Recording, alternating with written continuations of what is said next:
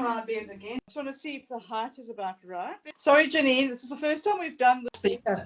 Yes. And then the other last thing you can do is start off with is we're going to start off with all the different stage with your hatching. So that's your hatching. Contour hatching. So it follows the contour. Just remember, none of the lines cross. All right. So what creates the dark stippling. You're going to also tend to get a bit of what we say. If you had to close your eyes, that is more, you can see that's more of, okay. So this is generally a controlled one, you can see. If you still buy a newspaper, I don't generally. And then here we've got, if this is, it will teach you a lot of hand working on a picture. The best thing to what they've done with this one, so it's ways of actually drawing. It's one of a quick in ink. They get the dipping pen. So, but you can only do that with this pen. You're not basically sort of next to each other. Wave. Doing reflections on. It's actually quite cool. Lots of lines next to each other. And not going into any of those very fancy phones now. You can actually see almost. So yeah, it's just a random mark.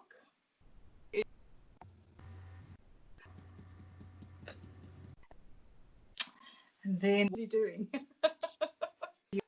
It's fine. Bits of grass. So this is a slightly different break. So you actually select then paper size of ink. So now I'm talking about if you're using your fine liners, okay? You've got a pen. So a lot of you only have pens at the moment. You haven't got access to any fine liners or anything like that. Look, fine liners you can actually buy at the Spar or the Checkers at the moment. I did check. It is one of those things that they've actually allowed on the shelves now because it's regarded as stationery. Okay, so you should be able to buy your normal sort of fine liners. Okay, these Seattle's or whatever. As I said, we can use normal pens. If you go and buy artistic fine liners, your artistic fine liners come in different sizes. So you get ones with very small nibs, ones with thicker nibs. I'm going to show you over here quickly. So I don't know how well you can see on the screen there, but I'm just going to do a line. Okay, so this is now a finer nib, so it gives a very fine line. And then you get your thicker nib. So and they vary in size. You can actually see. So you can get different types of shading with that, which is actually quite nice. This one is extremely fine. I think this is the thinnest one that you get. But you get all these different ones, okay? All of them are waterproof on the whole. There's very few that aren't waterproof, which means that if you do ever want to do a wash over it, it'll actually stay behind. The line will stay behind. It won't smudge and it won't bleed into the paper. With regards to the paper, if you're going to be doing the washes, then you need to use a watercolor paper or you need to use what they call a multimedia paper.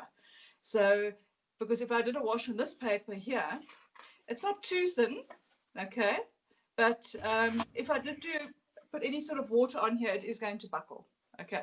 So preferably you want to use a specialized paper where you can actually do a type of a wash over that if you're going to do washes. Okay, so then of course you get your thick sort of Koki pens as well that you can use if you want to do nice thick lines. I mean, you can even sketch with these as well. And that's what's so nice about this technique. You really don't have to have specialist tools to do it. And I mean, a fine liner on the whole won't actually cost you a lot of money. All right. Then you also get, often you get them in a set as well. So like Faber-Castell will sell a set of, they call it hasn't got a size on it, but they've got fine, medium, and then they've also got what they call a brush. So this one is a type of fine liner that's actually shaped almost like a paintbrush. And this can give you quite a thick line, and it can also give you quite a thin line. Not as thin as some of the other works as well. So this one's a little bit old. So it's gotten a bit rough on the edges. Okay, but you get those as well. And last but not least, and this is one of my favorite ways of actually doing pen and ink, is with a dipping pen and nib. Okay. So these you can buy as a set, or you can buy them loose as well. So you can buy what they call a set. This is for drawing and for sketching. Okay. This is a very nice way to do it, but it's not really practical for when you're busy traveling at all. So, because then you have to travel with the dipping pen nib, and then you also have to travel with your ink. All right. So the two inks that you get for this, you also get them in colors as well. So you get a whole variety of colors. Obviously, as I said, you can also use colored pens as well if you need to. Okay. So if you want to add a bit of color to your drawings, you can add some colored pens to that. You get two different types of ink. You get your Black Indian ink. This is a waterproof ink. So if you're going to be doing washes, this is generally the one I use anyway. This is what you'll use. And then you get your non-waterproof ink, Liquid Indian ink. This one is actually used for doing wonderful washes onto your paper. And what this does is once you've put the ink down onto your paper, if you take a damp or a wet paintbrush, then it'll actually bleed into it. It's also a wonderful technique to use as well. Okay. That you can obviously, but this you have to use with a dipping pen and nib. And I'll just quickly show you what it looks like when you're using that. I can open the jar. Oh dear. Sorry guys. I've got this hand of mine. It's not 100% yet, so I can't really open things that are too tight. Okay, no, this is not going to work, this one. I just want to see, I've got some more here. My apologies. Let me just quickly see if I can get a wonderful open. Okay.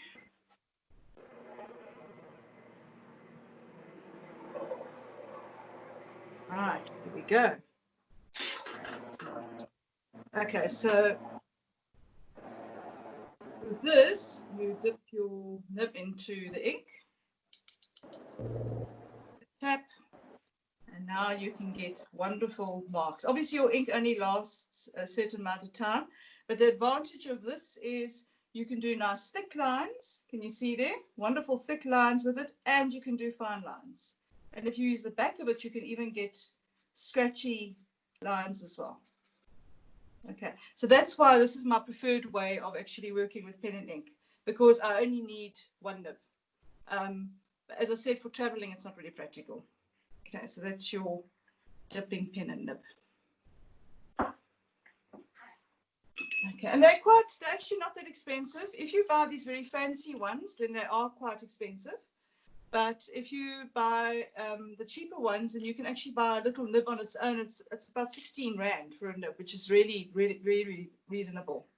The ink is about, at the moment, is about 95 Rand for a jar, but it actually lasts a very long time. Okay, so we've gone through all the pens, we've gone through all the paper that you get as well, and the different types of inks. Okay, and then the other last thing you can do is, so a friend gave these to me. This is what they call Copic Kokies as well. So these are very nice if you have done a sketch and you want to basically shade it in.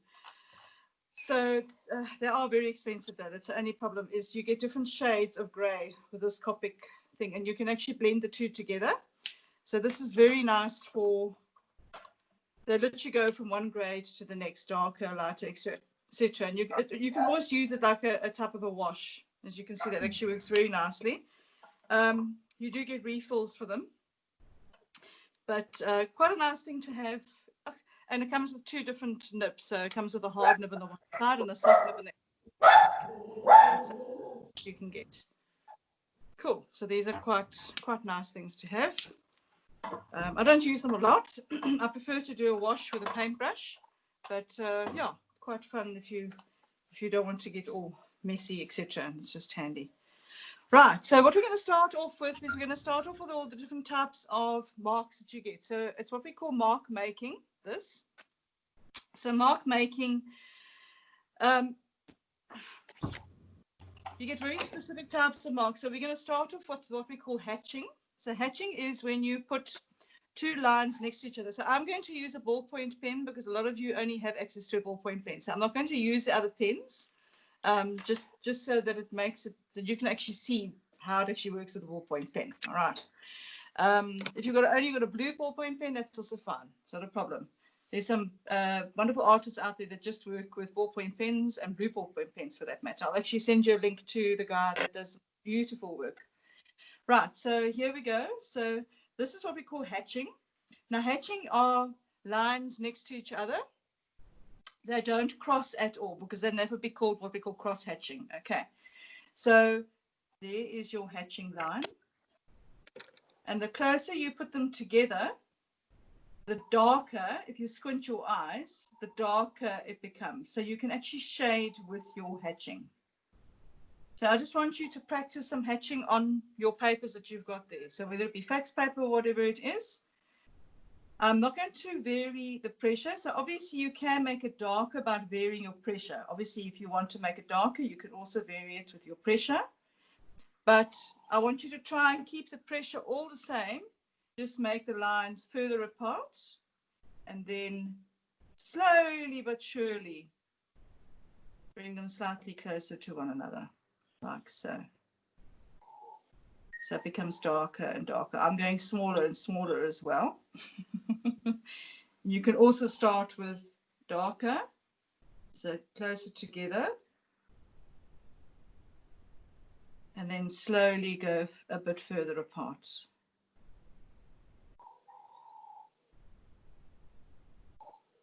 So you can see, if you look at that as a whole, you can actually see where there's a difference between your dark and your light, a gradation, okay, from dark to light or light to dark. Okay, so that's your hatching. That's just your standard straight hatching. That's just going straight. Right, then you get what we call contour hatching. Now, contour hatching is actually following the shape of an object, okay? So say we've got, say for instance, we have a pen, or just say we've got a tube, okay? All right. If I have to do this tube like that, then it looks flat. Am I correct? Okay. Yeah. If I actually, I'm going to turn the paper slightly. If I do it like this,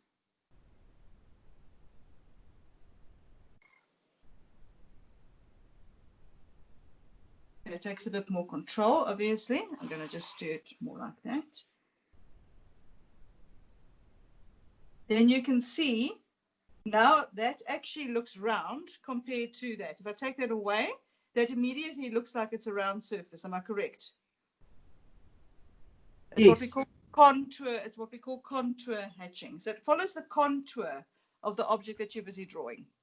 Okay, so that's your contour hatching. Then you get your tick hatching.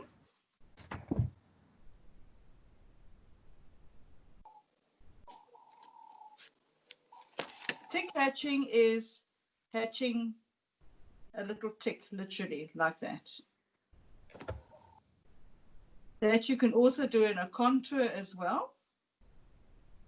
So it's not just little dots, it literally is little lines next to each other. So that's what we call tick hatching.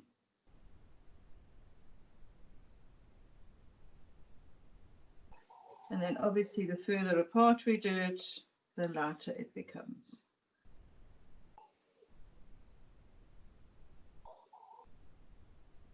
And just jump in if you have any questions, then please just jump in and ask me. Okay. So that's your basics of hatching. There are other different types of hatching as well, but on the whole, those are the general ones that we use. So your standard hatching, just remember none of the lines cross. That's the most important thing. Okay, so no crossing lines. Okay. Then we get what we call cross hatching. So cross hatching, I just want to make sure you guys can see properly there. Okay, cool. Right, so cross hatching is when we literally cross the lines like that. This is what we call 2 times cross hatching. Then you get twice, and then the third time you go at a different angle. That's called 3 times cross hatching. So obviously each subsequent hatch, each subsequent line that you add actually makes it darker and darker. And then this will be 4 times hatching. Then we get, so this is an angle, so that's 4 times now like that. And then we're going to do 5 times. So how do you do 5 times? 5 times you'll do it at a very slightly different angle to the other hatches. That will be 5 times hatching.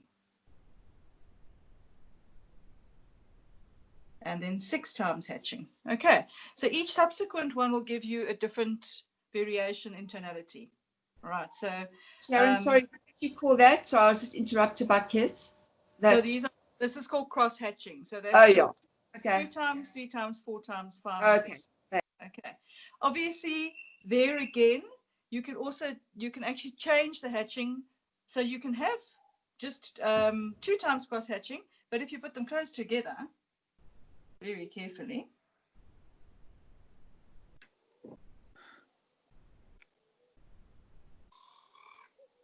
then you have a darker form of hatching.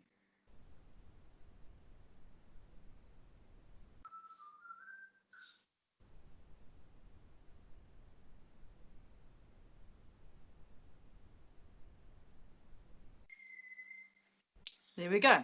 So there's both 2 times hatching, okay?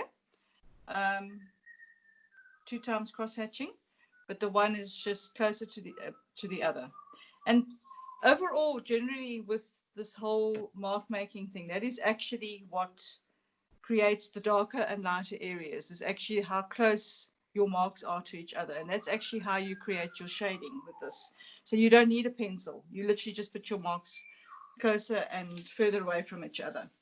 Okay, so the next one we get is what we call stippling. Now, stippling, all of the students that have done the drawing classes with me, you've done all of this before, but some of you haven't done this in pen and ink. So with the stippling, this stippling generally you do with a pen. You don't normally do it with a pencil because a pencil gets quite blunt quite quickly. The ballpoint pen is fine. It is better with a fine liner because the fine liner tends to make a darker line. But this ballpoint pen, these ones are actually quite nice. These are big pens. They tend to be nice and dark. You'll find if you've got some of the gel pens or whatever, then you're not going to get quite as a thicker line as this. Okay. Right. So now we're going to do stippling. So the trick to stippling is to keep your pen perfectly upright. So it mustn't be to the side like this. It mustn't be at an angle. It must be at a 90-degree angle to your paper. Okay. If it's not, what happens is when you do the tapping or the stippling, it tends to make a little line like this. But if you hold it up straight, then you can actually make a dot. Okay. So you'll see, as I said, like this pen now, because I'm holding, especially because I'm holding it up straight, the dots aren't, depending what pen you've got, it may not necessarily make a dot each time you put it down. The stippling again is the further apart it is, the lighter it is, the closer it is, the darker it is. Okay, so here I'm going to make a dark center, my pen. If you go too fast, even if you're doing it like this, you're going to also tend to get a bit of what we call a tail. Okay, so you can go quite quickly, but just remember it must be more of a controlled quickness, if that makes sense. So the more you get the hang of this, then the easier it becomes. And then as I go further out, then it becomes lighter.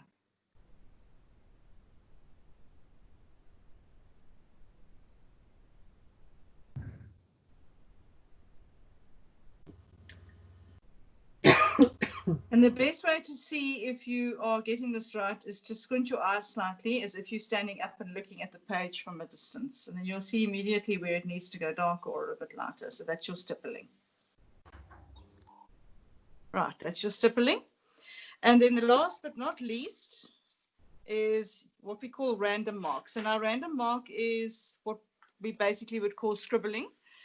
With a random mark, it's very much a personal type of mark that you make. So if you had to close your eyes and put your pen down on your page, so close your eyes, put your pen down on your page and just scribble. Just scribble as if you coloring in an imaginary circle. Okay, so I don't want you to look what you're doing, because what happens is when you look at it, you tend to make a pattern, and I don't want you to make a pattern. So close your eyes and just scribble on your page. Keep the lines quite close to each other, so don't make your circles and that too big or whatever you're making. It won't be a circle. It literally is just your hand moving around the paper. And then if you open your eyes, you should have something like what I've got over there. It won't be exactly the same because everybody's mark is different. And the trick about doing this is the fact that it's your own personal way of moving your hand, and everybody's hands will move a different way. Not everybody's will look exactly the same as mine. Okay, but as long as you've got no pattern in here, because what happens is if you're looking at it and you automatically start doing a pattern like this, and that's not a random mark. Okay. That is more, you can see that's more of a pattern. That is very much a random mark. Okay, I'm going to show you quickly. There's a picture here done random mark. This is a picture of Superman. Yeah, can you see that clearly? Yes. There we go. So can you see how this is all done with a random mark? Sure. And it's actually very effective. So they've got it's literally a scribble, but they've put it closer where they want it to be darker in the shading, and they've put it further apart where they want it to be lighter. And the same applies with this as well. Depending on what your how hard you press, you can also obviously make it slightly darker if you press harder. So if I pressed harder over here. The trick here as well is like as soon as I open my eyes, I'll start doing this. Okay. The trick is to get past that and actually do what you were doing when your eyes were closed. Can you guys see the difference between doing it with your eyes open and your eyes closed? You almost have to let go. Okay. So whereas these three, the stippling, the cross-hatching, the hatching are much more controlled, this is your very loose way of drawing. And it's a wonderful way to actually do some sketches. Okay, cool. Right, so I wanted to quickly show you a stippling example as well. So the stippling, here is a stippling example. Sure. Yeah, so you can see how beautifully this one has been shaded, but that's quite time consuming.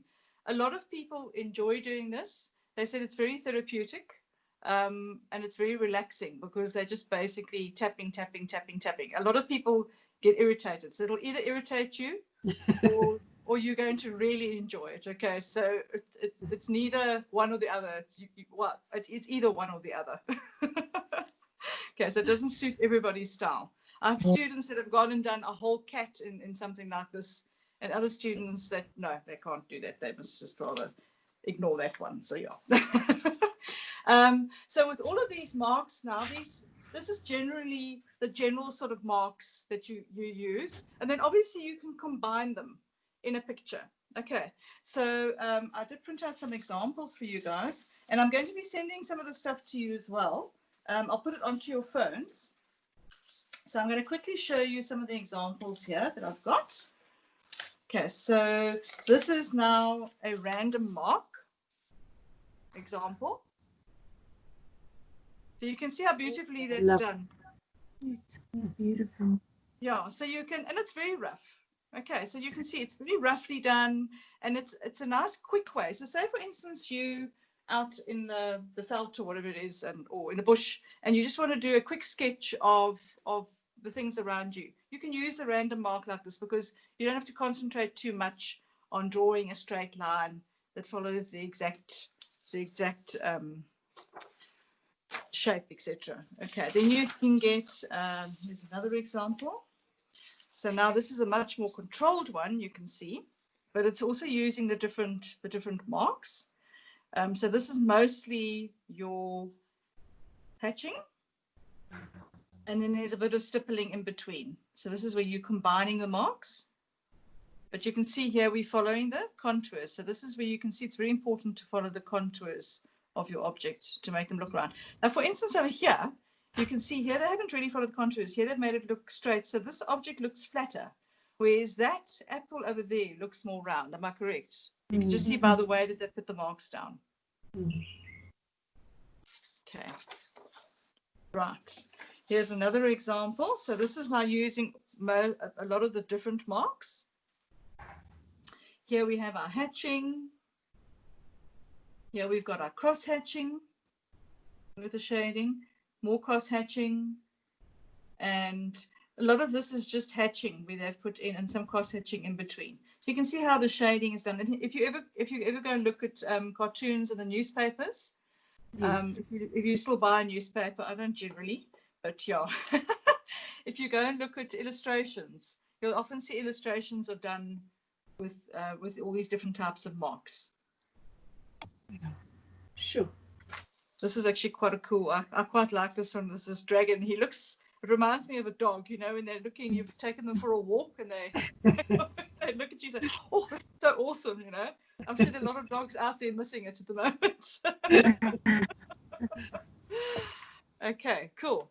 And a last one here. Here's a beautiful one. So this is a lot more detailed work, and you can see this is obviously going to take a lot more time. All right. But here you can see they've basically almost used everything. The trees are basically a random mark. The bushes and the trees are done with a random mark. The hills and mountains are sort of a little bit like stippling, but probably more like a grass mark, like a little mark like that. Okay, so almost like a little tick. Okay, and then here you can very distinctly see the cross hatching in here. But then they varied it slightly by putting slightly darker lines and keeping some light in between to give the impression of wood. And here again, we've got just your normal sort of lines with a little bit of hatching in between to give some of the shadows and put the shadows in. Okay, so this is all just done with a pen as well. So you can see how versatile the pen, and I mean, you could literally do this with this pen. Seriously, you can.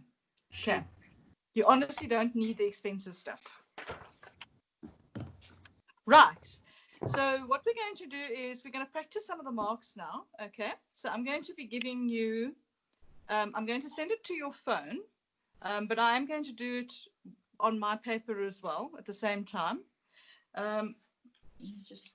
Okay. So I'm going to be sending you this on your phones now, just so that you can see a little bit clearer. I will put it on the side here. But if you prefer to look on your phones, then you can. What I want you to do now is quickly just practice some of these little things. And just do a small block like this, otherwise it will take too long. Right, I'm going to send it to you now quickly.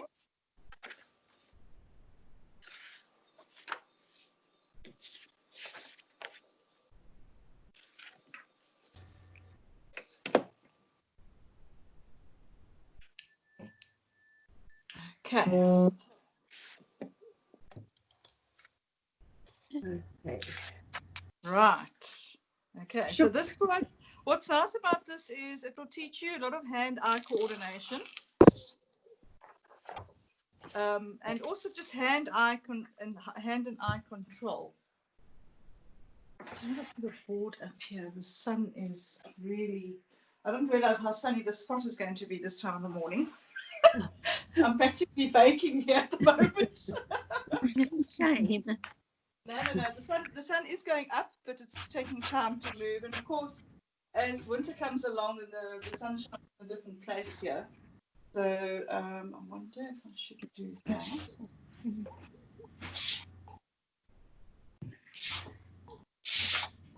I don't have solid curtains in this room, unfortunately. So the afternoon is actually perfect. It's just in the daytime, it's a little bit too.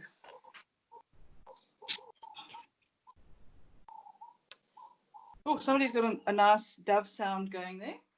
Yeah. Some sound effects. Really working so well. I'm going to try something else quickly.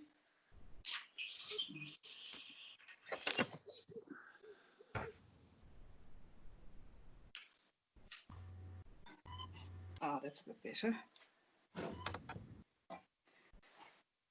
I'll just put a light. Can you see still quite clearly? I'll just put a light on just to make a bit of light. Yeah. There we go. That's better. Hey, Astro. Okay, is it still clear for you guys? All good? Yeah. Yeah. Yes. Cool. Right, so you'll find it's actually quite difficult to do the line like that. It's much easier to do it this way. Okay, so in your picture, whenever you're working on a picture, the best thing to do is actually just to turn your page and actually change it so that it's more comfortable for your hand. You don't want to have to force your hand to do something it's not used to doing. Yeah. So either you can lean over and do that, but if you want to, you can try and do it like that. Look, it does teach you good control. Okay, and then the next one is obviously closer together. Don't try and make it neat like it is on the page, please, guys. Otherwise, you're going to be spending all day here. Okay, and then this one is now obviously further apart, but using your hand at a different angle. But as I said, if you find, especially if you've got a bit of arthritis in your hands or whatever, you're going to battle to do that sort of thing. But if you can try it like that now, then it will be good practice for you. Okay, and then closer together. So you can see I'm making mine quite rough. I'm not making them all the same size. Please don't make a square like that. Okay, then we do it sideways, further apart. And then close. Astro. Oh, my goodness. I thought it didn't like that. Somebody's not happy. So you can see what I'm busy doing. I'm not, look, if you really wanted to become, be a bit OCD, you could draw little squares in pencil and then just fill the squares. Okay. But that's entirely up to you. If you guys want to do that afterwards, you're welcome to practice. You're welcome. But I also have these for you to take home and practice anyway. So I'll be sending you with homework, by the way. Okay.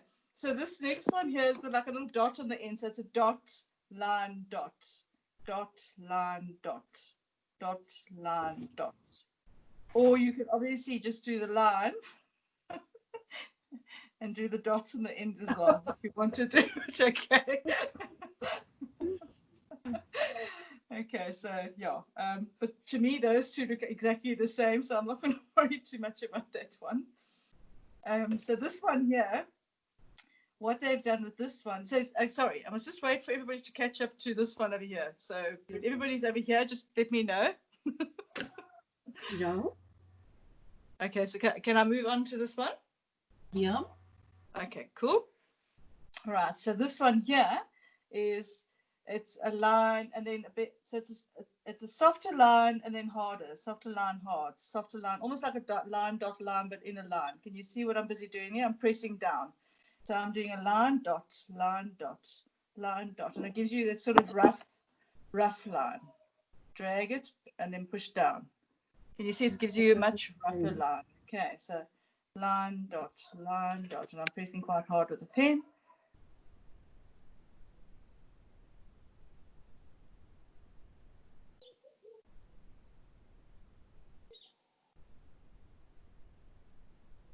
And doing all of these, you're going to learn. I mean, you've got the most wonderful textures over here, which is really awesome. I probably think this is probably one of the most versatile ways of actually drawing. It's one of, when I do drawings, I normally use a pen and ink. To me, it's just a wonderful way to do drawings. Also, look, the only disadvantage obviously is if you make a mistake, you can't rub it out, and you can't use Tipp-Ex and things like that, because Tipp-Ex tends to not be the same color as the paper, so it's very difficult to actually get rid of the mark. You can buy this ink, but then again it's the same problem, is your ink may not be the same. Well, it's not really an ink, it's more like a white acrylic type of thing that you can actually use. Okay. Yeah, but it doesn't really cover it. So I find if you make a mistake, then you just incorporate it into your picture. So sometimes when you're working with a pen and ink, you get a blob, the dipping pen and nib, and then you just have to incorporate it into your picture somehow. Okay, so this little one over here, this one is almost doing the line, but sort of making a squiggly in between. Okay, so squiggle your lines, a little bit of a squiggle in your line.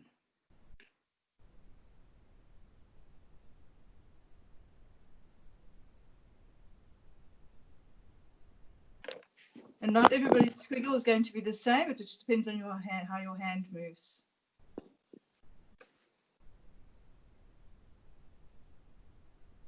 Okay, that's a squiggly one. There again, this is very similar to that. It's just done more on a side base like that.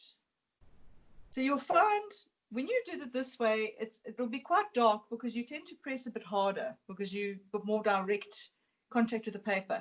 If you turn your hand sideways and you're doing it like this, you'll find it's not going to be quite so dark, especially with a ballpoint pen. Just doing a squiggle like that.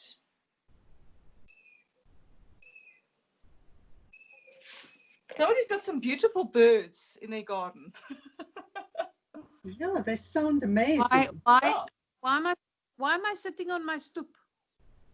Oh, now I know. But you look like you've got a beautiful garden from what I gathered there when you quickly did a quick a thing there. A quick thing. A quick thing, yeah. You did a quick thing to show us your stoop there, so I can see what you mean. It really is stunning. Okay, then again here we're going to do the same thing, but we're just going to keep our hands sideways like this. Can you see it gives a totally different sort of mark because your pen is at a different angle. And you're now moving down instead of sideways. Those I was going this way. Now I'm actually moving down. So you get a different type of mark.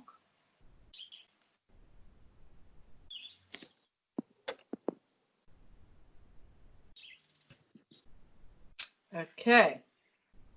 Okay, so now with these ones, these three here will be a lot easier with a dipping pen and nib. And that's more what they sort of made for. Okay, very difficult to do that with a pen like this because you can't really get that thick and thin line like I showed you earlier on. I'll just show you with it. I'll just show you with the dipping pen and nib quickly, just so you can see how it does work. So my students, normally when they do the pen and ink, they get the dipping pen and nib. Not everybody likes it, as I said. Let me just quickly show you how nicely it works. One.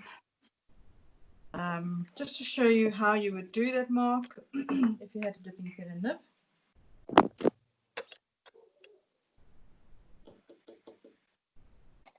Sure. So there what you would do is thick and then thin. Oops.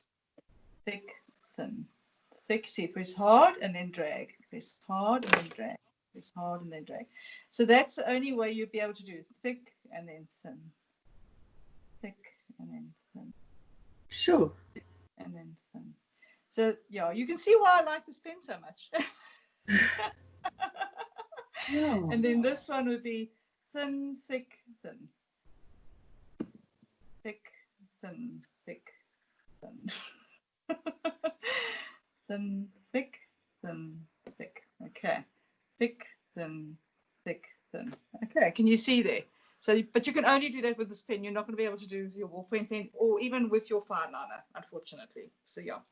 Yeah, I suppose like a fine liner you could, but like that one you could, but I mean you're going to end up sitting there going thick, thin, thick. It's just not the same. Okay, but you could do that if you really wanted to. Right. Okay, so now we'll move on to this one. So this is almost like a slight contour. So it's hatching. So hatch that way, and then we're going to hatch. Don't worry if it's not exactly the same as the picture, but we're going to do a hatching this way. We're hatching. These are just hatches next to each other. And then we're going to do a smaller little triangle over here, like so. And this is just filling in a particular space with your hatching. Okay, so you guys can do that one.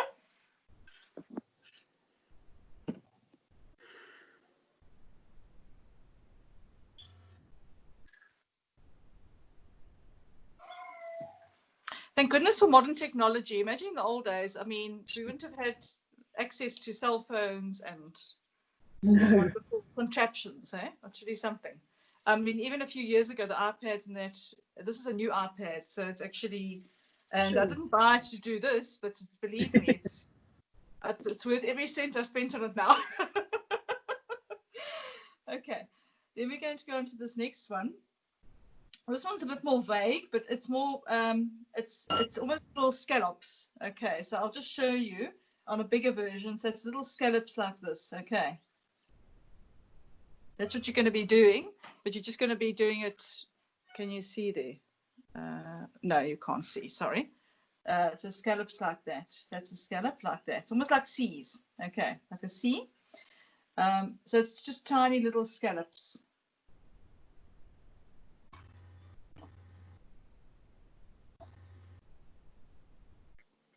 Basically sort of next to each other. Almost just like a circle, just not closed. You can see it's quite sort of rough. It's not very specific. I'm just going to do my own random one. I'm not going to try and follow that pattern because that's somebody else's pattern. So just do little C's, little scallops. Sure.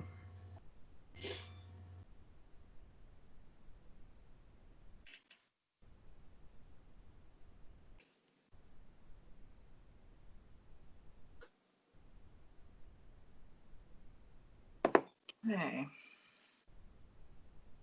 Right. Now we're going to do this one. So this one we can do the pen. It won't obviously be as thick as that. All right, but it's going to be just a curve like this. So don't worry about the thick and the thin part. Just do this is almost like a contour thing. It's almost like a wave. So all of these will actually fine tune your hand and eye coordination. It will actually teach you control of your hand, especially these little random controlled shapes. Okay, so that's the one that I've done like that. Doesn't look like the same as the other one, but that's cool.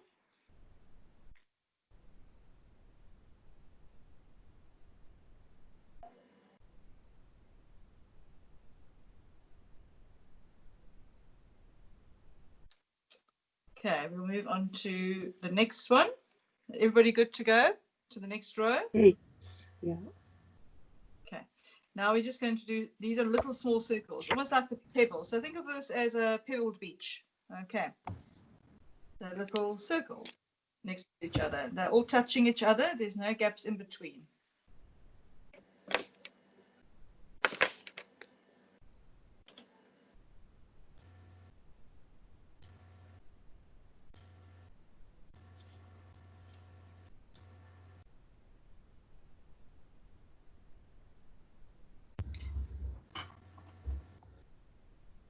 Yes, if you were doing a beach or some sand on your picture, then that's what you would be doing.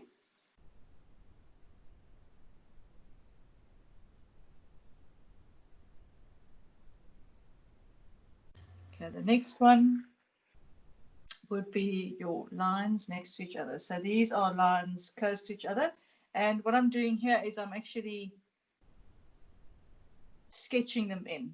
So I'm not controlling the line like that. So there's no control to the line here. This is more of a sketchy line, a loose line.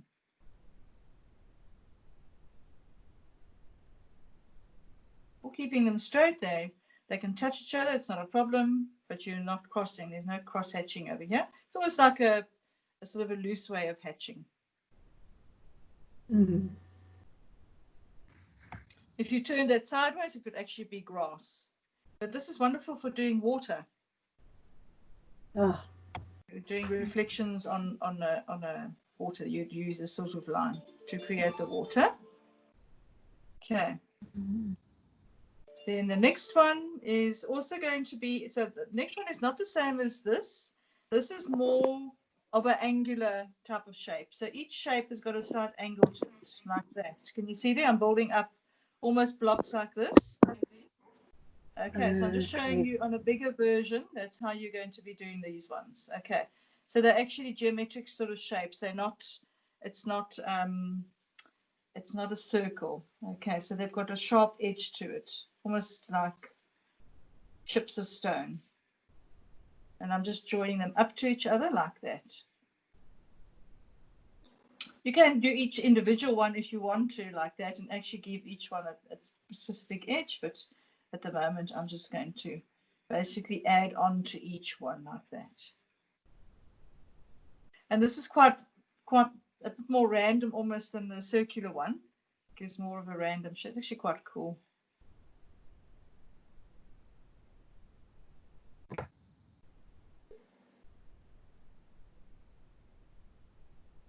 Okay. Pile of stones there. Right, the next one. This is almost like a maze. Okay, so this one you can start anywhere you want to, but you're going to be following the edge like that. And then you can start moving your pen wherever you want. So as long as you keep on following a edge, but then you can change it and you can say, okay, I want to do this one over here, and then go down and then sideways. Can you see what I'm busy doing? I'm just following my edges over here and doing a random sort of pattern.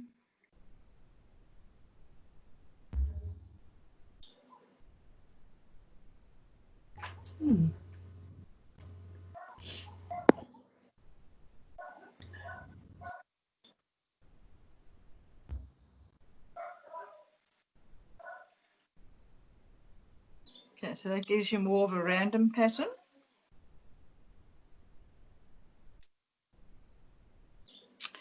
Okay, so now this next one, now, you're obviously not going to do the long lines first. You're going to first do those little patterns. So this is now obviously combining two things together. So you can do a little pattern like that. And then you can do that over there, however you want to do them. And then you will do your lines in between.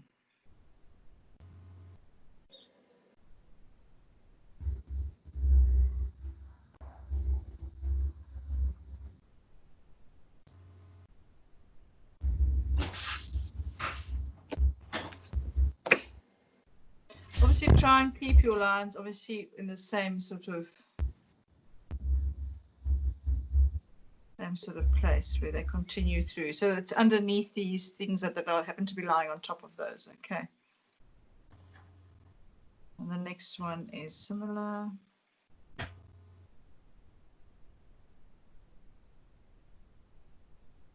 the lines are opposite. You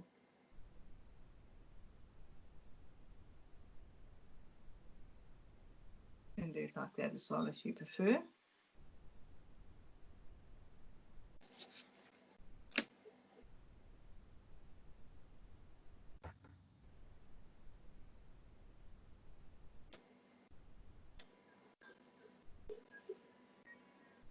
Okay.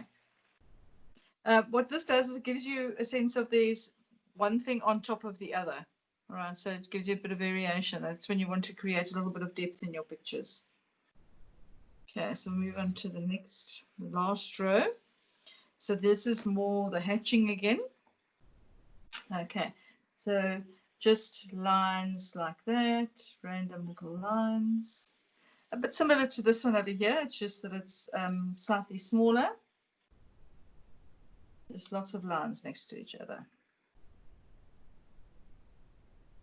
This is nice and quick. You can go quite quickly here. I'm actually going to change the direction over here just for the fun.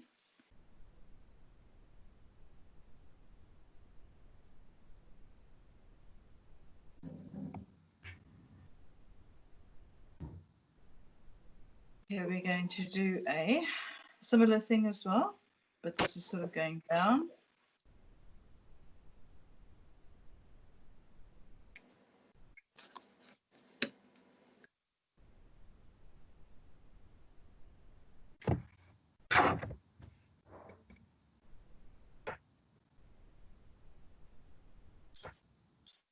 Sideways. So all this is basically the same three things, they're just done at different angles.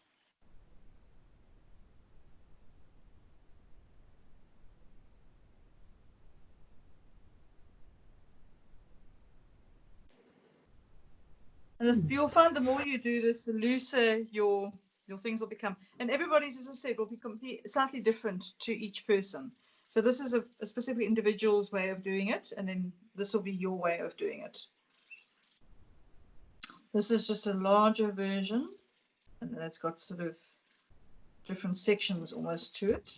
So there's one little piece, then there's another piece, there's another piece, and then they just join them up together, sort of more random sort of shape.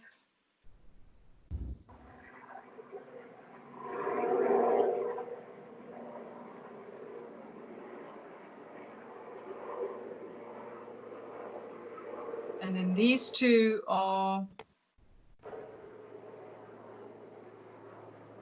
sort of just lines joined, coming in at different angles. So just putting some random different angle marks together. Okay.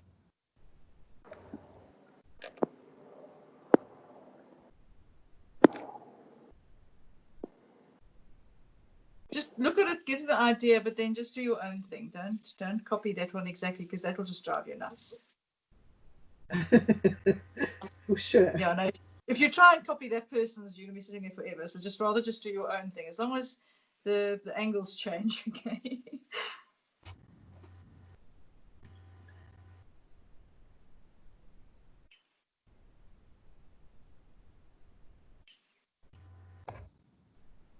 Okay, so this is just a smaller version of that, so I'm not going to worry about doing that one. Okay. Time. Okay, so we've got another 15 minutes. I don't want to rush into. Okay, so those are those shapes. Right. Now we're going to have some more fun with these shapes. This is not homework. The other homework I'm going to give you is actually, I'm going to be sending a whole lot of pictures to you guys that you can choose from to practice on. Just basic, using the basic shapes that we're learning today, not going into any of those very fancy things at all. What I'm going to do is, with the next lesson, then I'm going to actually work on a specific picture. So I'll give you stuff to practice, and then if you want to come back next week, what we'll do is I'm going to show you how to interpret a photograph, an actual photograph, not a photograph of another person's drawing like this, but actually how to interpret a photograph and actually do it in a pen and ink. So I'll be doing a demo on a specific picture. Okay. Okay. Right. So we're going to move on to this one now. So I'm just going to use the other half of my page. We'll just do these up until the tea break. So I'm going to talk as I go along. You don't have to watch what I'm doing. It's up to you guys entirely. I'm going to set it on your phone. It's not super clear, unfortunately, but it will be clearer on your phones. Unfortunately, this one didn't want to print out. It was just not a high-res one, unfortunately. So let me quickly send this to you guys. It's not as clear as the other, but it will give you a better idea. The printout didn't come out. In actual fact, I think I'm going to use my phone. The phone seems a bit sharper. The printout didn't come out as nicely. What's nice about your phone is, of course, you can zoom in and actually get a better idea. Okay. So, yeah, what's nice about this lot is it's using the difference, especially if you look on your phones now, you can actually see. Yes. We're talking about contrast of texture. Okay, so it's using two different textures, one next to the other, to show you a difference in texture and how well they go together. Okay, this one, next line, is contrast of direction. So using the same line, but using the direction next to each other. So we have done a little bit of that over here, but we haven't really put them right next to each other to see the difference. Okay. This is a contrast of nib sizes. Okay, so this one would be more applicable to if you've got a thin and a thick fine liner. So if you do have thin and thick fine liners, you can use those. Otherwise, what you can do is just press harder and then softer. Okay, with the ballpoint pen. And then this is now also using the pen, the contrast of pen sizes, the last row. Okay, so I'm going to start off with the top one. So if I look on my phone, it's not very clear. It's more like a... Okay, so these are, to me, this is not stippling. This is just more like little lines. Okay, so you don't have to make it quite so big as this. You can make it a little bit smaller.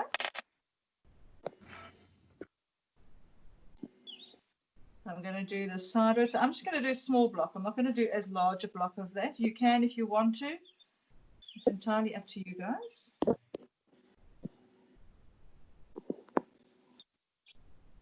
So we're just going to start on this. Then we'll have a tea break, and then we'll just continue with this after the tea break.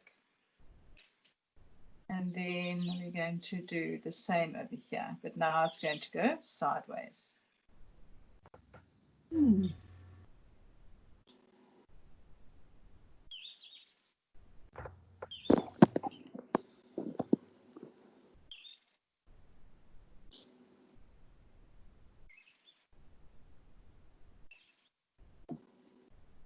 So the next one is more of a squiggly sort of line, almost,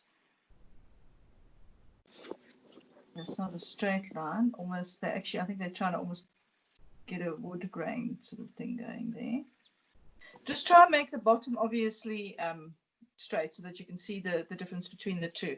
If you need to, just take a pencil and just draw a line there just so that you can keep it relatively straight, but otherwise just try and do it by hand.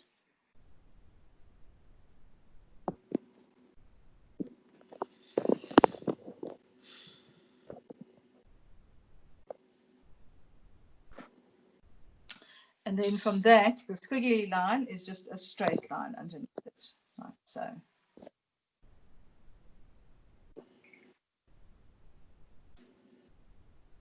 Okay, and then just try and join the two up there.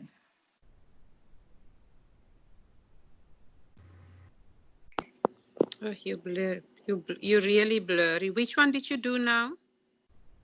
I did that one there. Sorry, I haven't seen it. Which one? Sorry. This one here. You know the picture. No, cool. Sorry. So yeah, it's just this is squiggly, those are squiggly, and then this is just a straight line underneath it. Okay.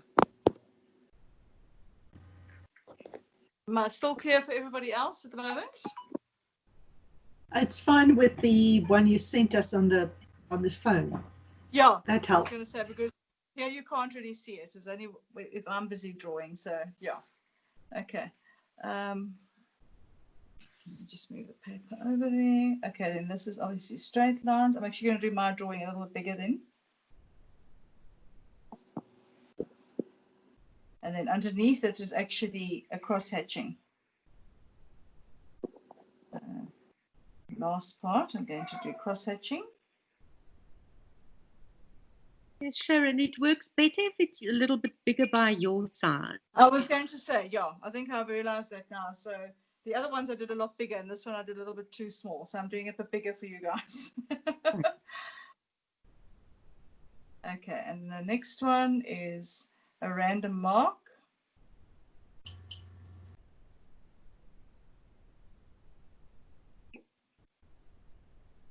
And then this is also a random mark, but then it's got some hatching in between it as well. So I'm doing random mark underneath it like that. And then I'm going to put some just hatching, not cross hatching. I'm just going to put some hatching over that.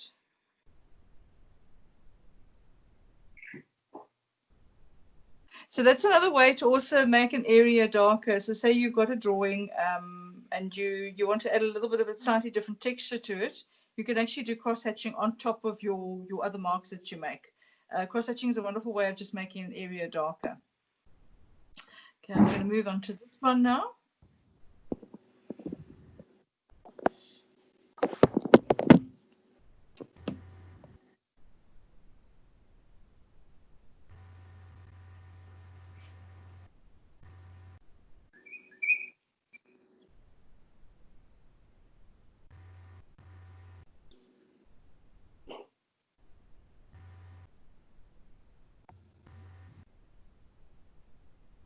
And then the rest of it's going to be more little dots.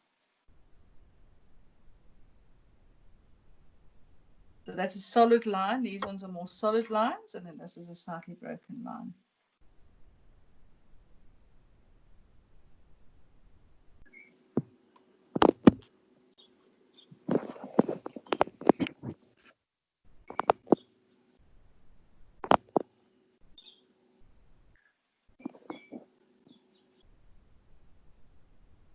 here it's the next one is going to be hatching and cross hatching. Cross hatching. So that'll be like 2 times. That'll be just an extra one. Okay. So we're just going to do normal cross hatching there. What I'm going to do is I'm going to do it all the way down to the bottom, like so.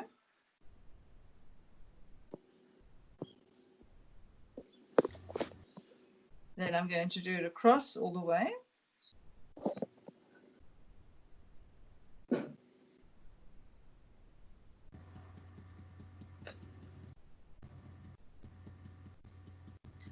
And then just the bottom half, I'm just going to do 2 times over here, and then the bottom half I'm going to do 3 times to make it darker.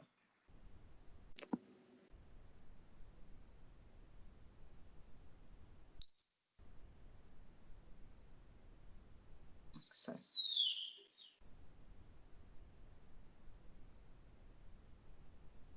Okay, now I'm going to move on to the next row.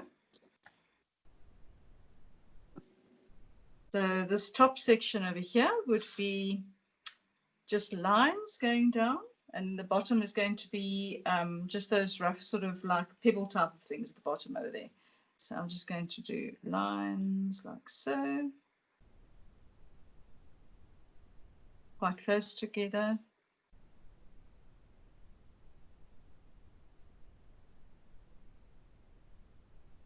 So you can go in between like this. I don't mind if they touch slightly. I just want to get that nice sort of effect there. And then I'm going to just do the pebbly effect at the bottom. You can use the pebbles, or you can even do the, what is that one with the scallops? Just give a rough texture. Just little squiggles is fine, as long as you get a rough texture, just to show the difference between the two.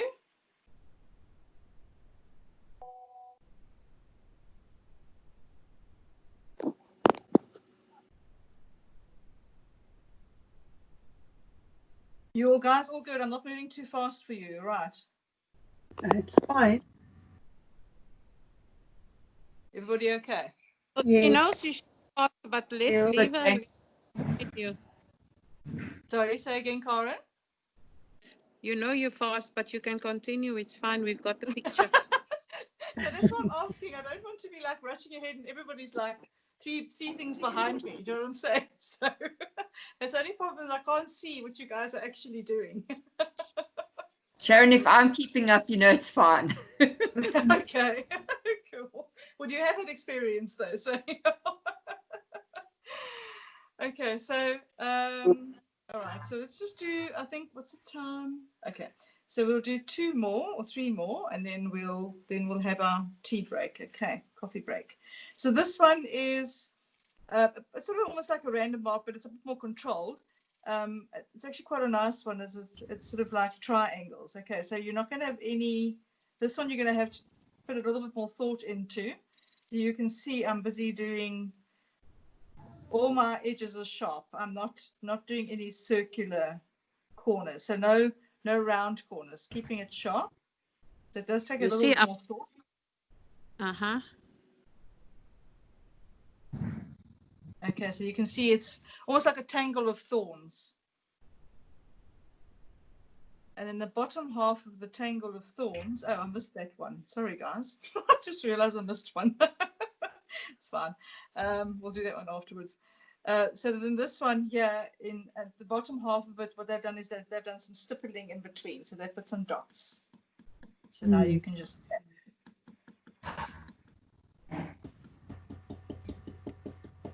Ah, there we go. That familiar noise. I can remember that in class, and everybody was stippling away merrily, and we just heard this noises right through the class. I was waiting for it. Okay, stipple, stipple, stipple. What's nice about this is it sort of teaches you the different ways you can add 2 things together to make a different type of texture. Yeah. Such an incredibly versatile way of drawing, really is.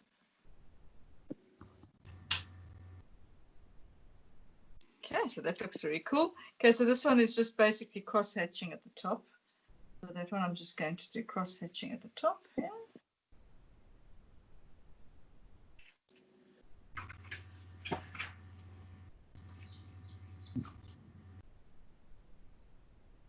And then underneath is, can't really see what's going in there, but I'm just going to do a random sort of hatching mark at the bottom to try and get that similar effect.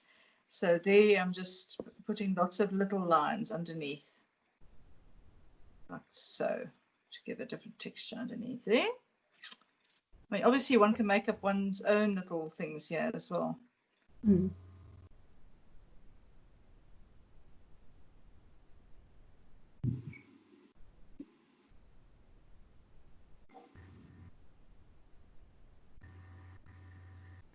Sure. Okay, and then I'm going to do one more. So that last one to me is, I can't really see what's going on there. Okay, I think it's just close. I'm actually going to ignore that one. It's very vague. Let's do the grassy one. So we're going to do this one next, that one over there. Okay, so this is all like bits of grass. So this is a slightly different angle. So I'm going to bring in my grass at different types, different angles. So almost as if I'm drawing grass. Slightly different, not a huge difference in angle, just slightly different angle.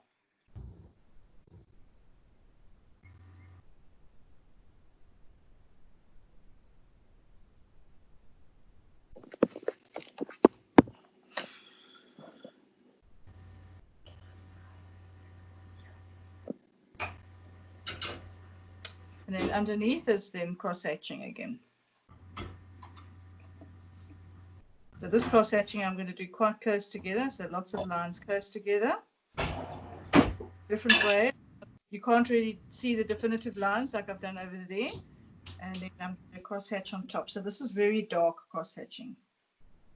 Lines are very close to each other, actually touching in places. But if you look at it, you can still see that it is cross hatching.